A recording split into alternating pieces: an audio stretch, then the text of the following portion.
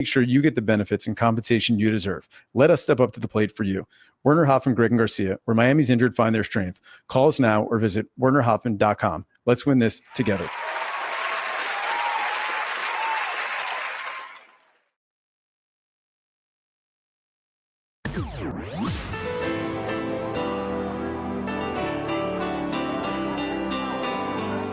Thanks for listening to Miami Marlins Baseball. Marlins Baseball is brought to you by ADT, the official smart security partner of the Miami Marlins, and Norwegian Cruise Line. Experience more at sea. With the 10th Inning Show, here's the voice of the Marlins, Jack McMullen. Well, the Marlins fall and the offense went dormant in Game 1 in St. Louis. Your final score on Monday night at Busch Stadium. St. Louis Cardinals 7, the Miami Marlins 1. Jack McMullen here taking you through the 10th inning show, and the day belonged to St. Louis starter Andre Pallante. This guy was excellent. He was the starter and winner for Ali Marmol's Cardinals, and Pallante 7 scoreless innings, 1 hit, no runs. He punched out 4 and walked 1. 81 pitches, 49 for strikes. So it's not like the strike percentage was overwhelmingly high, but Pallante was getting swings and misses when he needed them, and ground ball outs were the name of the game. Pallante had 10 ground ball outs in this one of his 21 outs recorded. Edward Cabrera, meanwhile, was pretty darn solid in his own right. He did take the loss, but Cabby went 6 innings, a 2-run ball, just 1 was earned. He did walk 3. It was the first time he walked a batter in 4 starts. He punched out 4. Cabby's ERA of the year sits at 3.35. But again, Pallante went 7 scoreless. In terms of notable offensive performers, Hernandez had a hit for the Marlins, as did Jack Winkler. Eric Wagaman had a knock, and Paulie had a knock as well.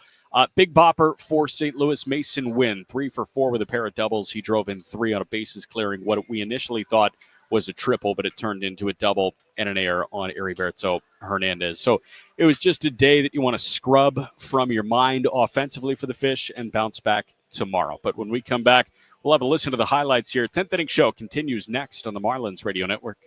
1-2, Durbin goes again, but that one is a called third strike.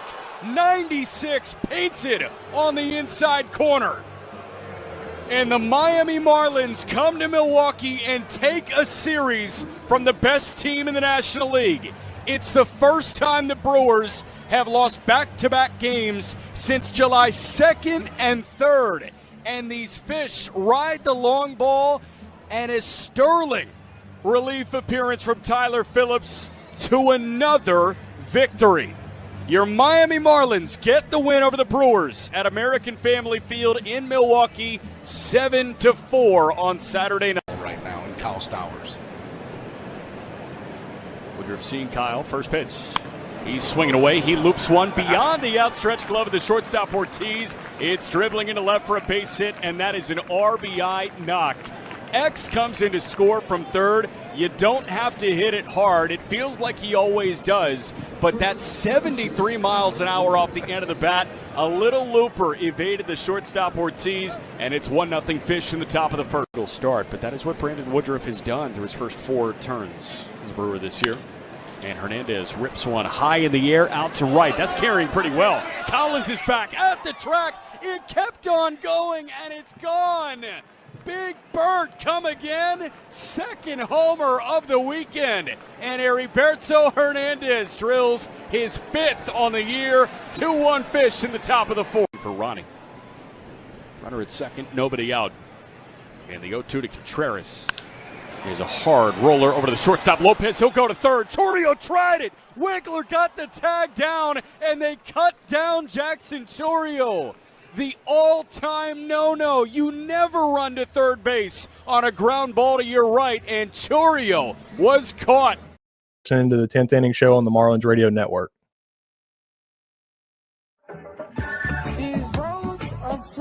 Well, let's have a listen to the highlights here. Marlins unfortunately fell 7-1 at the hands of the St. Louis Cardinals at Busch Stadium in St. Louis. How did this scoring begin? Well, it was a dormant front 2 innings, but in the bottom of the 3rd, Alec Burleson, former college teammate of Connor Norby's at East Carolina, he pounced on Cabby. First pitch to Alec Burleson is smacked out to center field and deep. Myers is back at the track. He's looking up, and it's gone. Alec Burleson with a screamer out to straightaway center field. Alec Burleson, his 14th home run this year, 107 off the bat, and a low liner just kept on carrying in this humid St. Louis night.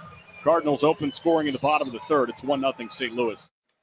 The pyrotechnics were a little jarring after that Burleson homer, I will say. But unfortunately, a couple of misfires. First from the pitcher, Cabrera, then from the catcher, Ramirez, plated the second Cardinal run. It was Yohel Pozo. 1-2 from the ballpark. That one misses low. Is blocked by Augustine, but Pozo, he made his way to third base, and that throw gets down the left field line. That'll allow Pozo to come in and score. That was a wild pitch kicked away from Augustine Ramirez, and it made its way into foul ground at the third base side. Joel Pozo took off and was scurrying to third base, and Augustine's throw to third was offline. Paulie couldn't glove it, and it made its way down the left field line in foul ground. It'll be a wild pitch and a throwing error on the catcher Ramirez to allow Pozo to score from second. And it's 2-0 St. Louis here in the bottom of the fourth. But one of the Marlins highlights came on the defensive to end that inning. Heriberto Hernandez made a nice catch to strand a man at first base. This came off the bat of Victor Scott. So let me just put it in my pocket. Pitch to Scott is fluttered out to shallow left field. Hernandez coming in. He slides. Burt, he held on to it. Heriberto Hernandez with a nice play. It was a late break, but he sprinted straight in, and he was a little bit off to the side, so he extended his arm, full extension, and he somehow managed to scoop that off the grass. So that is a great catch on a little pop-up to shallow left field. Heriberto Hernandez ends the inning, but a run comes in to score. We're through 4, 2-0. But then we get to the big inning. It was the bottom of the seventh that really gave the Cardinals the distance they needed. But the first run came in an unfortunate way. Alec Burleson was at the plate. Augustine just got a hand in. He's ready for the 2-2. It's on the way. And that one fouled back. Nope. That caught Augustine's catcher's mitt. Catcher's interference is going to plate another run. Unorthodox way to get insurance, but the second run of the game for St. Louis came in on a wild pitch and a throwing error. Catcher's interference will move everybody up 90 feet, including Victor Scott, coming in from third base. That'll be an E2. It's the second error on Augustine today. Burleson on the swing did catch the top of Augustine's glove, and that plates a run. It's 3-0 Cardinals in the bottom of the seventh. But then we get to the big blow. It came off the bat of Mason Wynn to open this game up a little bit. 2-2. That one lined down the left field line. That is twisting. It is a fair ball into the corner. This might clear the bases. Everybody was off on contact. Burleson around third. He's coming in to score. Throw going to third and a head first dive. Mason Wynn has a triple. It's a 3-run three-bagger, and that blows this game open. It's 6-0 Cardinals in the bottom of the seventh. It was later scored a 3-run double, and Wynn pushed to third on an error from Heriberto Hernandez. So no triple, but it was his second double as part of a 3-hit, 3 RBI day. And a hitter later, Jordan Walker, got right with a good swing to plate the final Cardinal run. 0-2, that one hammered out to left center field and deep. Hernandez is back at the track, at the wall. It bounces off the wall. Walker pulls it to second base. Myers walks it in before lofting to the shortstop Lopez, and Wynn comes in to score from third. It's an RBI double for Jordan Walker. It's 7-0 Cardinals in the seventh. But the Marlins would get on the board in the top of the ninth. They avoided the shutout thanks to Big Bert. 1-0 pitch to Hernandez. That one a liner into right on one hop. That's in for a base hit. They're going to send Sanchez. Walker's throw will come at his second and shut out no more. An RBI single for Heriberto Hernandez the other way. It's 7-1 St. Louis with 2 men gone in the ninth. Jack Winkler would then collect his second major league hit to put runners at the corners, but Liam Hicks was rung up, and that is how this ball game finished. 2-2. That one a called third strike. It was off the inside edge. Hicks did not love it. But what should have been ball 3 ends this game. Swanson does shut it down, and the Cardinals do surrender a run in the ninth, but the Marlins ultimately fall on Monday night at Busch Stadium 7-1. The Cardinals get the win over the Marlins. Totals coming up next on the Marlins Radio Network. And that is how this ball game sounded. When we come back, we'll hear from the skipper, Clayton McCullough. That's coming up. 10th Inning Show continues next on the Marlins Radio Network. Visit Migasu. The last 3-4 months, it's Stowers is in scoring position right now. 2-2. That one cracked out to left center field. Collins on the move. Back to the track. He's looking up, and it's gone. Scoring position right now. Kyle Stowers, homer number 23. And he silences this capacity crowd in Milwaukee. 1-0 Fish in the top of the third. Bases loaded, one away, 3-1. Otto lines one into right center field. That is in for a base hit. It's going to plate at least two. Stowers pulling into third. Blake Lally holds him up. Now he sends him. Stowers getting the run around. That ball was bobbled in right center field. Otto pushes to third, and Stowers comes in to score from first base. A defensive miscue by a sure-handed Brewer team, and it's a 3-run double or triple from Otto Lopez to open this game up. Misfires galore from Nick Mears, and now it's 4-1 Fish in the top of the seventh. Kind of more validation of the way we've been playing, I think. Crazy atmosphere here. Kind of felt like a playoff game. I think we were able to, have some really good at-bats. I think it was in that sixth or seventh inning. That really was the difference in the game, and kind of took the crowd out of it late. They're a really good team. Expect them to come back ready to go tomorrow. So we got to, enjoy this one for a little bit and then flush it and get on to the next one. Home run number 23 for you. I asked Clayton McCullough earlier today, teams are starting to pitch you more cautiously. You're going to have to take your walks. How do you find that balance of not trying to press but also still trying to be effective? Yeah, learning how to do it, trying to just be stubborn to my approach, take good at-bats, try to see the ball well, and, kind of just let whatever happens go from there. What do you think of the at-bat quality, especially wearing out Freddie Peralta today? Oh, I thought as a team it was really, really good. I think even, in that first inning, he got 10th Inning Show rolling on. It was a 7-1 win for the Cardinals over the Miami Marlins. Fish fall to 50-55. The Cardinals at 55-53. Let's hear from the skipper after this one. Here's Marlins manager Clayton McCullough. Clay, it's been a while since I had one of these. What kind of got away tonight?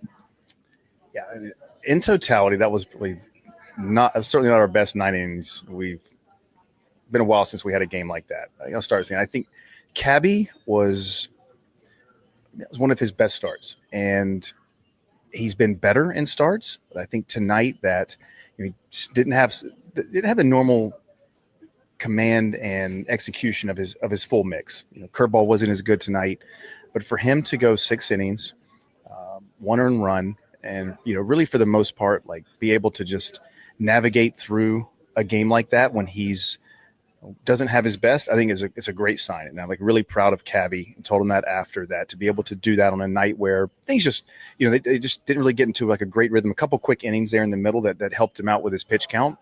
I thought he was good. And offensively, we just never really, we had a tough time picking up Palante. We chased up, chased down, not really a whole lot of hard contact. Defensively, 3 errors tonight has kind of been atypical of how we've been playing for a while. So when you don't play well in multiple facets, nights like this happen. What specifically about Palante just challenged the offense so much? I don't know. It's a unique look. It's a unique slot and the angle of the pitches. And it never seemed that guys took really comfortable swings and never bailed anything up. I think, he got us chasing in both places. It's one thing, you're going to be some chase. We chase some up out of the zone and also down below, and we just chased him around a little bit too much tonight, and never really threatened him and stressed him out. I guess how much growth does it show that Cabby, didn't have his best stuff and still, as you said? Yeah. I think Cabby's just continued in so many ways to grow and mature as a pitcher, and he's always had that front line type of stuff. And the execution, really, for the most part, has been there. He's had stuff combined with command, and tonight for him, it's been a while since he walked 3 guys in an outing. It's been a while when he just didn't have the complement of his pitches working together, and for him to still go 6 really strong innings and put that type of start together, it speaks to the depth of his arsenal, the quality of his stuff, and I think him now being able to bow his back and find a way to get outs on nights when things aren't all lining up. In that 5-run 7, just what did you see from the pitchers, and then just also Gus behind the plate, a couple of tough plays? Yeah, we had some walks there, and they loaded it, and then Lake just leaves one arm side breaking ball in a bad spot there when he almost was able to get out of that particular jam. So I think we just didn't execute real well there.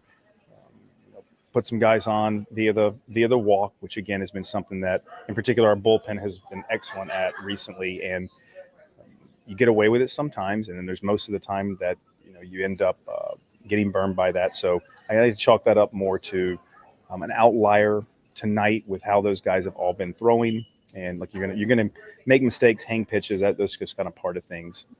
Gus was just trying to get in there and steal a strike, and I think 2K and Burleson was looking, hit it deep, back it up, and just clipped his glove. Unfortunate that happened. When you're playing as well as you are, is it almost shocking to have a night like tonight, or is this just baseball sometimes? It's definitely going to happen throughout the course of the season, and happen on a number of occasions. You play as many games as we do over a season. You have nights like this, and we're just nothing really. You're never really able to get much going. You just don't play to the expectations and kind of the standard that that we've set. And I chalk this up to a night where we just didn't play very well in a lot of areas, and move past it because we played a very solid brand of baseball for a long time now. And for me, this was just one of those outlier nights in a good stretch where we just didn't play well. The play earlier in the game, his throw to third, do you want him to just eat it, not try to force it, or are you fine with his being aggressive? If you feel like you have a chance to go make a play there, you just have to play catch. You just didn't make a good throw. You didn't execute on the throw. And if you felt like he had a chance and he's going to go try to make a play to get us out of the inning, I think we'll continue to encourage our guys to be fearless with going to make plays in all facets, and understand that sometimes when that happens, it doesn't turn out the way that you'd like. All right, that's the Marlins skipper, Clayton McCullough, again after a 7-1 loss for the Marlins at the hands of the St. Louis Cardinals. Andre Palante, the star of the show, he went 7 innings of 1 hit, shutout ball, K'd 4, and walked just 1. Edward Cabrera, he had a quality start. It was 6 innings of 2-run baseball. Just 1 run was earned against him. Yeah, he walked 3, but he punched out 4. It was the first time he walked a batter over the course of 4 starts. He'd gone his previous 3 without walking a hitter. But let's hear from Cabby following his start. Cabby, Clayton said maybe you didn't have your best stuff, but you still end up with a quality outing. What maybe felt a little bit different how you had to battle tonight? Sí, Clayton comentó de que a pesar de que no tenía tus mejores cositas allá afuera, pudiste batallar y viste profundo en el juego. Hablar un poquito de lo que tenías hoy esta noche. Siempre he hablado de eso. Para nosotros los abridores, la importancia es ir lo más lejos que uno pueda en el juego. ¿Me entiendes? Gracias a Dios pude llegar a 6 innings, a pesar de que no empecé, como que muy bien, pero me mantuve enfocado después de ahí y pude continuar. Yeah, I always talk about that part, us as starters, we need to go deep in the game. That's our job. So even though I didn't have my best stuff, like you said, I was able to stay in the game, go deep and battle and just give a chance to the boys. Did the conditions affect your grip on your blister or anything with the curveball tonight? Sí, la condición con tu ampolla, ¿afectó algo en la curva hoy? No. No. What the 3 walks we had, you hadn't had any the last few times out. What do you attribute to, I guess, some of the free passes tonight? Sí, tenía tiempo que no lanza por lo menos 3 bases por bola. ¿Qué crees tú que se atribuyó a esa base por bola que lanzaste hoy? Van a haber días así, ¿me entiendes? Le pasa a los pitchers que tienen mucho más tiempo que yo, porque no puede pasarme a mí, pero no me dejo llevar de eso, ¿me entiendes? Hoy di 3 bases por bola y dije, no, tengo que continuar y llegar lo más lejos que pueda. Yeah, it's just another day. Even the best pitchers, the veterans, they also walk. So I didn't want to think too much about the walks after that. I decided, I got to keep going, battling, doing my best. and just try to get the best of me during the game. We've seen you eliminate the walks up to maybe tonight. You're getting deeper into games. Now, what is the next step you think for yourself personally? Sí, te hemos visto más profundo y profundo en el juego, bajando los números de base por bola. ¿Qué es lo próximo para ti en el juego? Continuar como estoy. Eso es todo. Siempre enfocado y salir ahí y dar el 100%, ¿me entiendes? Just continue like I'm doing right now. Just go out there, give all I got, and just give my 100%. Last time you said you're not listening to the rumors or whatever, but if this was, I guess, your last start in a Marlins uniform, what would you look back on? Your time here, that they signed you as a teenager, went through however many years, right, with this organization. Sé que, los rumores están constantes, ¿no? En las redes, pero si esta fue tu última salida con el uniforme de los Marlins, ¿qué podrías hablar de lo que fue esa firma, ¿no? Como un adolescente te firman y toda la historia y todo lo que has hecho con este equipo? Vale, si yo te hablo de todo lo que quisieras decir, dormiríamos aquí, ¿me entiendes? ¿Sabes? A la final tengo mucho que agradecerle a esta organización, ¿me entiendes? Me dio la oportunidad, ¿sabes? De firmar con ellos y, mejor no piensen en eso, ¿me entiendes? Porque a la final eso no está en mi control, si me cambian o no, ¿sabes? Vivo el día a día con ellos. What can I tell you? If we start talking about all the memories, I think we're going to spend the whole night here. But I'm thankful to the Marlins. They gave me the opportunity to sign. But again, I don't want to talk too much about like saying goodbyes. I want to continue working really hard, and let's leave it like that. Would you like to stay if you had the choice? I love Miami. Me gusta Miami. That's good stuff from Edward Cabrera. And obviously you're hoping that it's not his last start in a Marlins uniform, but you never have any idea what's going to happen at the trade deadline. Of course, the story coming into today reported that Nick Fortes was traded to Tampa for a prospect. But, it's a weird week, and Cabby just put together a really good start when his name is being thrown around all the time. Steven's sitting here. We will take one more break. When we come back, we'll get Steven Strom's thoughts, and we'll say see you. 10th Inning Show concludes next on the Marlins Radio Network. 0-2. Sanoha lines that one into left center field. Collins on the move. Collins overran it, and it rolls right by him in left center. Myers comes in to score. Sanoha trying for three. Relay going to third. Plucked out by Durbin, and he gets the tag on Javi. 1-1 our score between the Marlins and the Brewers. And Augustine smashes the ball out to right and deep. Frelick is back at the track. He's looking up, and it's gone. Augustine Ramirez in opposite field shots. Homer number 15 on his season. He just missed a homer by inches yesterday, and he gets it back today. 2-1 Marlins in the top of the fourth. 3-1 from Quintana. He's swinging away, and he drills it out to left center field. Collins is back. He's looking up, and it's gone. Big bird into the Brewer bullpen. Heriberto Hernandez with a 3-run shot, and the Marlins answer back like they always do. Blistered off the bat, 112 miles an hour, and it's 5-3 fish in the fifth. For the third base. Put the ball in play here. 3-2. Dane swings, lifts one high in the air, out to left center and deep. Collins is back. That's bullpen bound again. It went beyond it. Dane Myers, 428 feet out to left center, and that has to feel so good for him. You were clamoring for insurance, and you got it. 1-2, Durbin goes again, but that one is a called third strike. 96 painted on the inside corner. And the Miami Marlins come to Milwaukee and take a series from the best team in the National League. It's the first time the Brewers have lost back-to-back games since.